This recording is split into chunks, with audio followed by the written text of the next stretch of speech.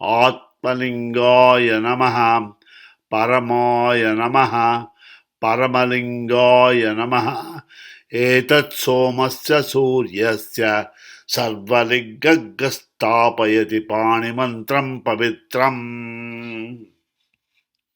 ठं ठं डं ढं णं यारालावासाशासा होम ओम नमो भगवते रुद्राय पश्चिमांगरुद्राय नमः यो रुद्रो अग्नौ यो अप्सुयवोषधीषु यो रुद्रो विश्वा भुवना विवेश तस्मै रुद्राय नमो अस्तु तं ठं दं धं नं यारालावासाशासा होम ओम नमो भगवते रुद्राय उत्तरांगरुद्राय नमः प्राणानां गन्धिरसुद्रो मा विशान्तकः तेनान्येनाप्यायस्व नमो रुद्राय विष्णवे मृत्युर्मे पाहि पं पं बं भं मं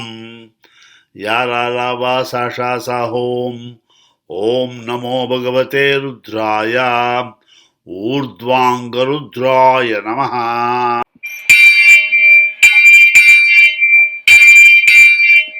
पञ्चमुखन्यासः तत्पुरुषाय विद्महे महादेवाय धीमहि तन्नो रुद्रः प्रचोदयात् संबत्ताग्नितटित्प्रदीप्तकनकः प्रस्पद्य तेजोरुणं गम्भीरध्वनि सामवेदजनकं ताम्राधरं सुन्दरम् अर्धेन द्युतिलोलपिङ्गलजटाभारप्रबोद्धोदकम् वन्दे सिद्धसुरासुरेन्द्रनमितं पूर्वं मुखं शूलिनः ॐ नमो भगवते रुद्राय पूर्वाङ्गमुखाय नमः अघोरेभ्यो तघोरेभ्यो घोरघोरतरेभ्यः सर्वेभ्यो नमस्ते अस्तु रुद्ररूपेभ्यः कालाभ्रभ्रमराज्यद्युतिर्भव्यावृत्तपिङ्गेक्षणं कर्णोद्भासितभोगिमस्तकमणि प्रोद्भिन्नदंष्ट्राङ्कुरम् सर्पप्रोतकपालशुक्तिशकरव्याकीर्णताशेखरम् वन्दे दक्षिणमीश्वरस्य वदनं चातुर्वनादोदयम् ॐ नमो भगवते रुद्राय दक्षिणाङ्गमुखाय नमः सद्यो जातं प्रपद्यामि सद्यो जाताय वै नमो नमः भवे भवेनाति भवे भवस्वभां भवोद्भवाय नमः प्राणेयाचलबिन्दुकुन्दधवलं गोक्षीरपेणप्रभं भस्माभ्यं गमनङ्गदेहदहनज्वालावलीलोचनम् विष्णुब्रह्ममरुद्गणार्जितपदं ऋग्वेदनादोदयम् वन्देऽहं सकलं कलङ्करहितं स्थाणोर्मुखं पश्चिमम्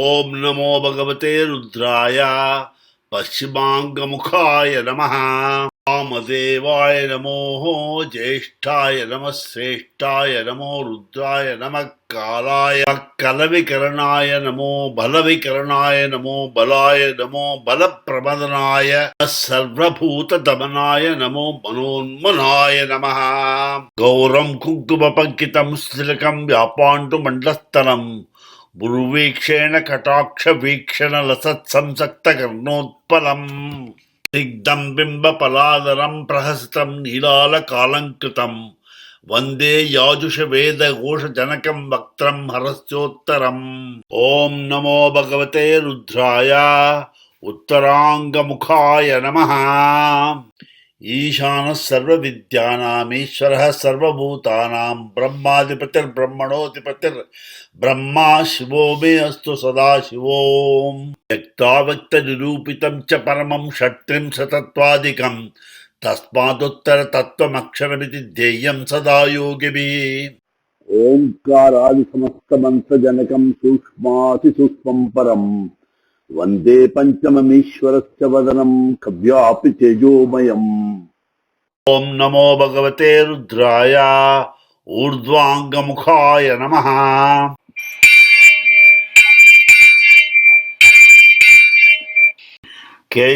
केशादिपादान्तन्यास तीर्दशिवा तनूरघोरा पापकाशिनी त्रयानस्तनुवासन्तमया गिरिशन्तापि चाकशीः शिखायै नमः। अस्मिन् महत्यन्नवेहेऽन्तरिक्षे भवाति तेषागुं सहस्रयोजने वदन्तान् तन्मसि शिरसे नमः। सहस्राणि सहस्रशो ये रुद्रादिभूम्याम् तेषागुं सहस्रयोजने वदन्तान् तन्मसि ललाटाय नमः। हाकुं सत्सुशिरत्वसुरन्तरिक्षसद्धोता वेदि च दतिर्दुरोणसत् नृषद्वरसदृतसद्योमसदब्जा गोजा ऋतजा द्रिजा ऋतं बृहत् ब्रूर्मद्याय नमः। त्र्यम्बकं यजामहे सुगन्धिं पुष्टिवर्धनम् उर्वारुकमिव बन्धनान् मृत्योर्मुक्षीयमामृतात् नेत्राभ्यां नमः। नमः सुत्याय च पत्याय च नमः काट्याय च दीप्याय च नमः सूद्याय च सरस्याय च नमो नाध्याय च वैशन्ताय च कर्णाभ्यां नमः। मानस्तो केतनये मान आयुषि मानो गोषु मानो अश्वेषु रीरिषा वीरान्मानो रुद्धपामितो वदीर्हविष्मन्तो नमसा विधेमते नासिकाभ्यां नमः। अवतत्यदनुस्त्वगुं सहस्राक्षशतेषु दे निशीर्य शल्यानां मुखा शिवो नः सुमना भव मुखाय नमः। नीलग्रीवास्त्रिकण्ठाः सर्वाध क्षमाचराः तेषागुं सहस्रयोजने वदन्तान् तन्मसि कंठाय नमः। नीलग्रीवास्त्रिकण्ठा दिवगुं शुद्रा उपश्रुताः तेषागुं सहस्रयोजने वदन्तान् तन्मसि उपकण्ठाय नमः।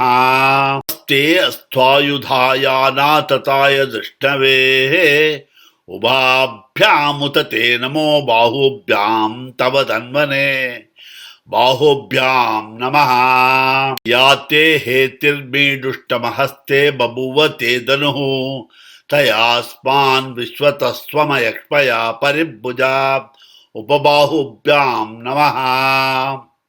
परिणो रुद्रसहेतिर्वृणक्तु परित्वेषस्य दुर्मतिर्घायोः अवस्थिरामगवद्वत्स्वर्प्रमेड्वत्तोकाय तनयाय मुडया मणिबन्धाभ्यां नमः। ये तीर्थानि प्रचरन्ति श्रीकाहन्तो नृशङ्गिनः तेषागुं सहस्रयोजने वदन्तान् तन्मसि हस्ताभ्यां नमः। सद्यो जातं प्रपद्यामि सद्यो जाताय वै नमो नमः। भवे भवे नाति भवे भवस्व मां भवोद्भवाय नमः। अंगुष्ठाभ्यां नमः। वामदेवाय नमो ज्येष्ठाय नमः श्रेष्ठाय नमो रुद्राय नमः कालाय नमः कलविकरणाय नमो बलविकरणाय नमो बलाय नमो बलप्रबदनाय नमः सर्वभूतदमनाय नमो मनोन्मनाय नमः। तर्जनेभ्यां नमः। अघोरेभ्योऽथ घोरेभ्यो घोरघोरतरेभ्यः सर्वेभ्यः सर्वेभ्यो नमस्ते अस्तु रुद्ररूपेभ्यः मध्यमाभ्यां नमः। तत्पुरुषाय विद्महे महादेवाय धीमहि तन्नो रुद्रः प्रचोदयात्। अनामिकाभ्यां नमः। ईशानः सर्वविद्यानामीश्वरः सर्वभूतानां ब्रह्माधिपतिर्ब्रह्मणोऽधिपतिर्ब्रह्मा शिवो मे अस्तु सदाशिवों। कनिष्ठिकाभ्यां नमः। नमो हिरण्यबाहवे हिरण्यवर्णाय हिरण्यरूपाय हिरण्यपतये अंबिकापतय उमापतये पशुपतये नमो नमः। करदलकरपृष्ठाभ्यां नमः। नमो वक्किर्केभ्यो देवानागं हृदयेभ्यः हृदयाय नमः। नमो गणेभ्यो गणपतिभ्यश्च ॐ नमः पृष्ठाय नमः। नमस्तक्षभ्यो रथकौरेभ्यश्च ॐ नमो नमः कक्षाभ्यां नमः। हिरण्यवाहवे सेनान्ध्ये दिशां च पतये नमः। पार्श्वाभ्यां नमः। धनुःकपर्तिनो विशल्यो बाणवागुमुत अनेसन्नस्ये शिव आबुरस्य ऋषङ्गतिः जठराय नमः। हिरण्यगर्भः समवर्तताग्रे भूतस्य जातः प्रतिरेकासीत् सदाधार प्रतिविद्यामुत्रै मां कस्मै देवाय हविषा विधेम नाभ्यै नमः। मीडुष्टम शिवतम शिवो नः सुमना भव परमे वृक्ष आयुधन्निधाय कृत्तिं वसान आचर पिनाकं बिभ्रदागहि कट्यै नमः। ये भूतानामधिपतयो विशिखासक्कपर्तिनः तेषाहुं सहस्रयोजने वदन्वानि तन्मसि गुह्याय नमः। ये अन्येषु विविध्यन्ति पात्रेषु पिबतो जनान् तेषाहुं सहस्रयोजने वदन्वानि तन्मसि अण्डाभ्यां नमः। सशिरा जातवेदा अक्षरं परमं पदं वेदानागुं शिरसि माता आयुष्मन्तं करोतु माम् अपानाय नमः। मानो महान्तमुतमानो अर्भकं मान उक्षन्तमुतमान उक्षितं मानो वधिः पितरं मोतमातरं प्रियामानस्तनुवोरुद्धरेष ओरोभ्यां नमः। एष ते रुद्रभागस्तञ्जुषस्वतेनावसेन परो मूजवतो तीयवत तदन्वा पिनाकहस्तकृत्तिवासाः जानुभ्यां नमः। साहं षष्ठसत् सोमपा बाहुषद्ऊर्ध्वदन्वापतिराभिरस्ता बृहस्पते परिदीया रतेन रक्षोहामित्रागुम् अपबादमानः जङ्गाभ्यां नमः। विश्वं भूतं भुवनं चित्रं बहुधा जातं जायमानं च यत् सर्वो शेषरुद्रस्तस्मै रुद्राय नमोऽस्तु कुल्पाभ्यां नमः। ये पतां पतिरक्षय ऐलमृदायव्युदः तेषाहुं सहस्रयोजने वदन्वानि तन्मसि पादाभ्यां नमः। अद्य वोचदि वक्ता प्रथमो दैव्योऽभिषक् अहीकृच्च सर्वान् जम्बयन् सर्वाच्च यातु धान्यः कवचाय हुम्। नमो बिल्बिने च कवचिने च नमः सुताय च सुतसेनाय च उपकवचाय हुम्। नमोऽस्तु नीलग्रीवाय सहस्राक्षाय मीडुषे अथो ये अस्य सत्त्वारोहुं तेभ्यो करन्नमः। नेत्रत्रयाय ओषट् प्रमुञ्च धन्वनस्त्वमुभयोर्रात्रियोर्ज्याम् याश्च ते हस्त इषवः पराता भगवोप अस्त्राय भट्। ये एतावन्तश्च भूयागुं सच्च दिशो रुद्रावितस्तिरे तेषाहुं सहस्रयोजने वदन्वानि तन्मसि इति दिग्बन्धः।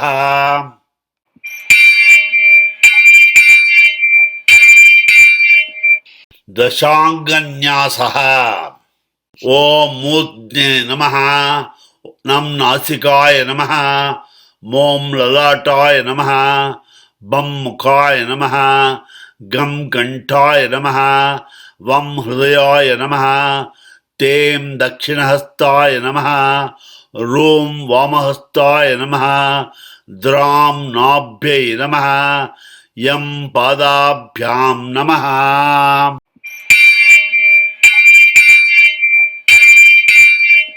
पादादि उद्धान्त पंचांगन्यासः। सद्यो जातं प्रपद्यामि सद्यो जाताय वै नमो नमः। भवे भवे नाति भवे भवस्व मां भवोद्भवाय नमः। पादाभ्यां नमः। वामदेवाय नमो ज्येष्ठाय नमः श्रेष्ठाय नमो रुद्राय नमः कालाय नमः कलविकरणाय नमो बलविकरणाय नमो बलाय नमो बलप्रमदनाय नमः सर्वभूत दमनाय नमो मनोन्मनाय नमः। ओरुभ्यां नमः। अघोरेभ्यो घोरघोरतरेभ्यः सर्वेभ्यो नमस्ते अस्तु रुद्ररूपेभ्यः हृदयाय नमः तत्पुरुषाय विद्महे महादेवाय धीमहि तन्नो रुद्रः प्रचोदयात् मुखाय नमः ईशानः सर्वविद्यानाम् ईश्वरः सर्वभूतानां ब्रह्माधिपतिर्ब्रह्मणोऽधिपतिर्ब्रह्मा शिवो मे अस्तु सदा शिवोम हंस मूर्धने नमः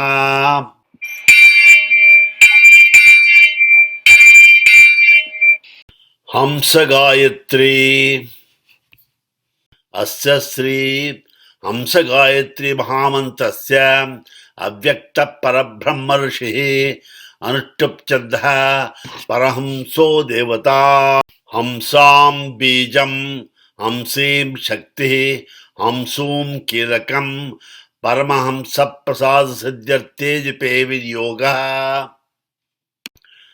हंसां अंगुष्ठाभ्यां नमः हंसीं तर्जनीभ्यां नमः हंसूं मध्यमाभ्यां नमः हंसै अनामिकाभ्यां नमः हंसौ कनिष्ठिकाभ्यां नमः हंसः करदलकरपृष्ठाभ्यां नमः हंसां हृदयाय नमः हंसीं शिरसे स्वाहा हंसूं शिखायै वषट् हंसै कवचाय हुं हंसौ नेत्रत्रयाय वौषट् हंसः अस्त्राय भट् भूर्भुवस्वरोमिति दिग्बन्धः ध्यानं गमागमस्तं गमनादिशून्यं चित्रूपदीपं तिमिरापहारं पश्यामि ते सर्वजनान्तरस्थं नमामि हंसं परमात्मरूपं हंस हंसाय विद्महे परमहंसाय धीमहि तन्नो हंस प्रचोदयात् हंस हंसेति यो ब्रूयात् दंसो नाम सदाशिवः एवं न्यास विधिं कृत्वा ततः सम्पुटमारभेत्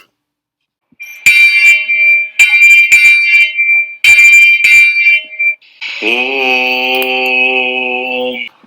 शंकर हर हर शंकर जय जय शंकर जय जय शंकर हर हर शंकर जय जय शंकर हर हर शंकर हर हर शंकर जय जय शंकर हर हर शंकर जय जय शंकर जय जय शंकर हर हर शंकर जय जय शंकर हर हर शंकर हर हर शंकर हर हर शंकर हर हर शंकर हर हर शंकर जय जय शंकर हर हर शंकर जय जय शंकर हर हर शंकर जय जय शंकर हर हर शंकर जय जय शंकर